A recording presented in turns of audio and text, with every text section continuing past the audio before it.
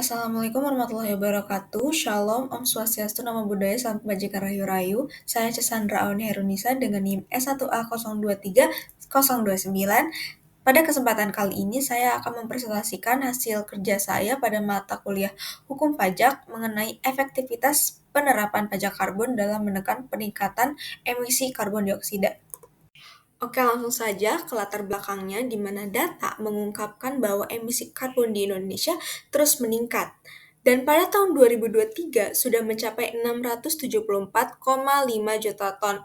Nah, sektor energi, khususnya PLTU batubara, dan sektor transportasi masih menjadi penyumbang terbesar, di mana kondisi ini jelas berlawanan dengan komitmen Indonesia di Paris Agreement yang menargetkan penurunan emisi sekitar 29% secara mandiri dan 41% dengan bantuan internasional di tahun 2030. Harapannya di tahun 2060 kita sudah ada di posisi net zero emission. Nah, ironisnya, tren ini justru menunjukkan kenaikan yang konsisten, mendekati 1 miliar ton per tahun. Nah, ini bukan sekedar angka, teman-teman, tapi ini adalah alarm bahaya yang berbunyi semakin kencang, di mana kontradiksi antara pertumbuhan ekonomi dan tuntutan keberlanjutan lingkungan semakin nyata. Lalu, apa sih yang bisa kita lakukan? Maka disinilah peran kebijakan strategis pemerintah, yaitu pajak karbon yang diatur dalam Undang-Undang HPP atau Undang-Undang Nomor 7 Tahun 2021.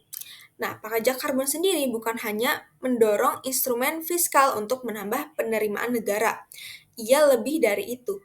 Ia adalah instrumen lingkungan yang mendorong perubahan perilaku pelaku usaha, di mana ia itu sebagai jembatan antara kebutuhan pembangunan ekonomi dan upaya menekan dampak lingkungan. Ya, konsepnya sederhana sih. Siapa yang mencemari, ia yang membayar, atau yang biasa kita kenal dengan vigilance tax. Lalu dalam analisis kali ini ada beberapa pertanyaan utama yang menarik untuk dibahas. Yang pertama adalah faktor-faktor apa saja yang menjadi penyumbang utama dari meningkatnya emisi karbon. Yang kedua, bagaimana skema pengenaan pajak karbon di Indonesia, baik dari sisi objek, subjek, tarif, dan penerimaan negaranya. Lalu bagaimana efektivitas pajak karbon itu sendiri dalam menekan peningkatan emisi karbon di Indonesia? Oke, ke faktor-faktor yang menjadi penyumbang utama dari meningkatnya emisi karbon Indonesia. Dari perkembangannya sendiri, kita ketahui bahwa menurut data kan di tahun 2023 emisi karbon di Indonesia itu sudah mencapai 674,5 juta ton karbon di Indonesia. Kalau misalnya dibandingkan dengan setengah abad yang lalu, itu meningkat sekitar 16 kali lipat dibanding tahun 1973. Nah, ini kondisi yang menegaskan bahwa meskipun Indonesia telah berkomitmen di Paris Agreement, yang dimana kita berkomitmen bahwa bisa menurunkan emisi sekitar 29% secara mandiri dan 41% secara dibantu secara internasional. Namun realitanya itu tetap ada kesenjangan antara target sama pencapaiannya, alias tidak sesuai dengan realita. Nah, kita cari tahu kali ya akar permasalahannya di mana. Nah, di sini tuh ada faktor internal yang di dalamnya ada komposisi sektoral yang berisi sektor energi, sektor transportasi, sektor pertanian, dan sektor emisi fugitif. Nah, kita cari tahu sektor mana sih yang paling bertanggung jawab atas meningkatnya emisi karbon di Indonesia. Nah, emisi karbon meningkat terutama karena ketergantungan Indonesia terhadap energi fosil. Maka dari itu, sektor energi menjadi kontributor utama emisi karbon nasional, di mana pada tahun 2023, emisi dari pembakaran bahan bakar tercatat tuh sekitar 290 juta ton atau sekitar 43% dari total emisi nasional. Nah, hal ini sejalan dengan fakta bahwa Indonesia masih didominasi oleh penggunaan batu bara dan bahan bakar minyak yang bersifat intensif karbon. Ini memperlihatkan bahwa sektor energi masih sangat bergantung pada sumber energi fosil yang menghasilkan emisi tinggi. Terus yang kedua ada sektor pertanian yang menyumbangkan sekitar 186 juta ton di tahun 2023. Kontribusi ini berasal dari aktivitas pangan yang menghasilkan emisi metana dan dinitrogen oksida atau N2O, khususnya dari peternakan dan lahan sawah. Sedangkan sektor limbah itu menyumbang sekitar 52 juta ton. Biasanya itu berasal dari pengolahan sampah padat dan limbah cair domestik maupun industri. Oke, selanjutnya ada sektor transportasi, di mana sektor ini juga berkontribusi cukup besar ya teman-teman, sekitar 152 juta ton karbon dioksida, or hampir 22% dari total emisi nasional. Nah, peningkatan jumlah kendaraan bermotor yang menggunakan solar dan bensin itu menjadi penyebab utama tingginya emisi dari subsektor ini. Transportasi darat, terutama di wilayah perkotaan, itu menyumbang porsi terbesar dari emisi transportasi. Lalu ada emisi fugitif, di mana emisi fugitif ini muncul dari kebocoran pada proses ekstraksi, pengolahan, dan distribusi bahan bakar fosil seperti batu bara, minyak, dan gas. Ya, meskipun secara proporsi lebih kecil dibanding pembakaran energi, namun tetap signifikan, emisi fugitif ini masih tetap signifikan karena sebagian besar merupakan gas metana yang memiliki potensi pemanasan global lebih tinggi dibanding CO2. Sementara itu di ranah energi terbarukan juga hanya berkontribusi 11,5. Nah, ini menunjukkan bahwa tantangan serius dalam transisi energi menuju sistem rendah karbon itu masih sulit ya.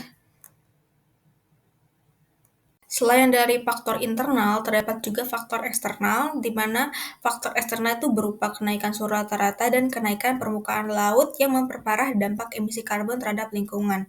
Berdasarkan data BMKG dan Bappenas, Indonesia mengalami kenaikan suhu rata-rata sekitar 0,3 Celcius per tahun sejak 1981. Serta mengalami kenaikan permukaan air laut sebesar 0,8 sampai 1,2 cm per tahun, di mana kondisi ini jelas semakin memperkuat status Indonesia sebagai salah satu negara yang paling rentan terhadap dampak perubahan iklim. Maka dari itu terbentuklah gagasan kebijakan pajak karbon sebagai penekan emisi karbon di Indonesia. Nah, pajak karbon sendiri itu sebuah implementasi turunan dari konsep Pijovian Tax. Atau Pijovian Tax itu adalah pajak atas aktivitas perekonomian yang menimbulkan dampak negatif. Pajak ini dirancang sebagai langkah kebijakan yang mewajibkan para pencemar lingkungan untuk menanggung biaya yang ditimbulkan atas tindakan pencemaran yang mereka lakukan. Pijovian Tax dapat digunakan sebagai alat yang mengatur, mengelola, dan mengurangi aktivitas yang menghasilkan dampak negatif. Lalu bagaimana sih skema pajak karbon di Indonesia itu bekerja? Yang pertama, kita lihat dulu di pajak karbon itu sendiri diatur dalam Undang-Undang Nomor 7 Tahun 2021 tentang HPP dan Perpres Nomor 98 Tahun 2021 tentang nilai ekonomi karbon. Nah, pada awalnya fokus utamanya itu ada di PLTU batubara. Mengapa? Karena sektor energi adalah penyumbang emisi terbesar. Ini adalah langkah awal yang sangat hati-hati sebelum diperluas ke sektor lain seperti transportasi dan industri. Yang kedua, subjek pajaknya itu kan berupa badan usaha atau individu yang menghasilkan emisi karbon. Nah, saat ini baru berlaku untuk perusahaan PLTU batubara. Yang ketiga, mengenai tarifnya sendiri. Tarifnya itu ditetapkan sebesar 30 perak per kilogram karbon dioksida atau sekitar 30.000 per ton karbon dioksida dengan mekanisme cap and tax yang artinya ada batas emisi dan kelebihan emisi akan dikenai pajak. Terus selain itu, dana yang terkumpul akan digunakan untuk mendanai program mitigasi perubahan iklim, membiayai transisi menuju energi bersih, dan menyediakan perlindungan sosial. Ini adalah bentuk pengembalian dana kepada masyarakat untuk mendukung transisi energi. Nah, tak hanya itu teman-teman, pemerintah juga melengkapi pajak karbon dengan insentif seperti penangguhan PPN dan PPNBM. Untuk kendaraan listrik tentunya sesuai dengan PMK nomor 12 tahun 2025, di mana ini menunjukkan pendekatan ganas dari sanksi dan motivasi. Nah, untuk efektivitasnya sendiri bisa kita ketahui bahwa hingga saat ini, efektivitas pajak karbon dalam menekan emisi masih terbatas. Meskipun sudah diatur dalam Undang-Undang HPP tahun 2021 dan mulai diterapkan pada PLTU batubara, laju emisi nasional belum menunjukkan penurunan yang signifikan.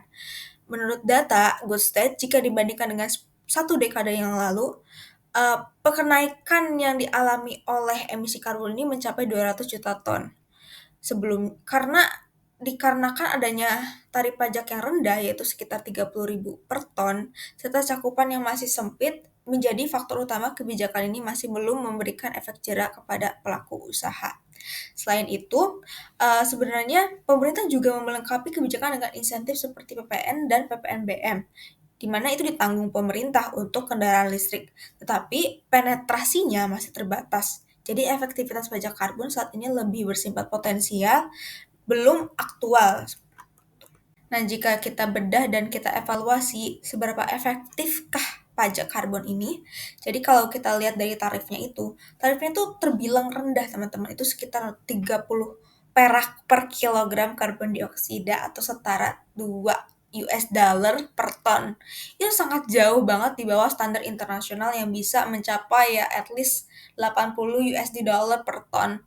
Tarif yang terlalu rendah ini berpotensi tidak memberikan efek jera yang kuat bagi perusahaan untuk beralih ke energi ramah lingkungan. Itu satu. Yang kedua, dampaknya belum terlihat. Jika efektivitas itu diukur dari kemampuannya menekan laju emisi, maka hasilnya belum terlihat nyata ya. Di mana emisi karbon Indonesia tuh masih mencapai 674,5 juta ton dan bahkan naik sekitar 200 juta ton jika dibandingkan 10 tahun yang lalu. Potensi penerimaan pajaknya pun di tahun 2023 itu mencapai 20,23 triliun. Namun laju peningkatan emisi nasional belum berhasil ditekan. Yang ketiga ada cakupan yang terbatas. Pajak karbon baru diterapkan di PLTU batubara saja. Sektor transportasi dan industri yang juga penyumbang besar masih belum tercakup nih. Ini membuat dampak pengendalian emisi menjadi relatif kecil gitu. Akhirnya sudah sampai kesimpulan juga. Saya capek ngebahas, kalian juga capek ngedengerin. Oke, pada intinya, kebijakan ini merupakan langkah penting pemerintah dalam upaya mengurangi emisi karbon. Tapi penerapannya itu masih berada di tahap awal, teman-teman. Di mana dengan cakupan yang sangat terbatas, objek pajaknya baru dikenalin ke PLTU batubara, subjek pajaknya masih sempit, dan tarif yang ditetapkannya relatif rendah jika dibandingkan dengan standar internasional. Oh, jauh banget. Kondisi ini membuat efektivitas pajak karbon dalam menekan laju emisi belum terlihat signifikan. Ya, namun, kehadiran pajak karbon itu udah memberikan rangka hukum dan mekanisme fiskal yang jelas untuk mendukung transisi energi. Penerimaan pajak juga diarahkan untuk pembiayaan program lingkungan dan perlindungan sosial. Selain itu, pemerintah juga melengkapi kebijakan ini dengan insentif fiskal, seperti dukungan untuk kendaraan listrik. Maka, pajak karbon di Indonesia dapat dipahami sebagai pondasi awal yang masih membutuhkan penguatan di berbagai aspek agar benar-benar berfungsi sebagai instrumen pengendalian emisi sekaligus sumber penerimaan negara. Seperti itu. Oke, sekian presentasi yang bisa saya sampaikan. Mohon maaf jika ada perkataan yang salah dan typo yang bertebaran. Jikalau teman-teman ada yang mau bertanya, silahkan isi kolom komentar ya. Terima kasih. Wassalamualaikum warahmatullahi wabarakatuh.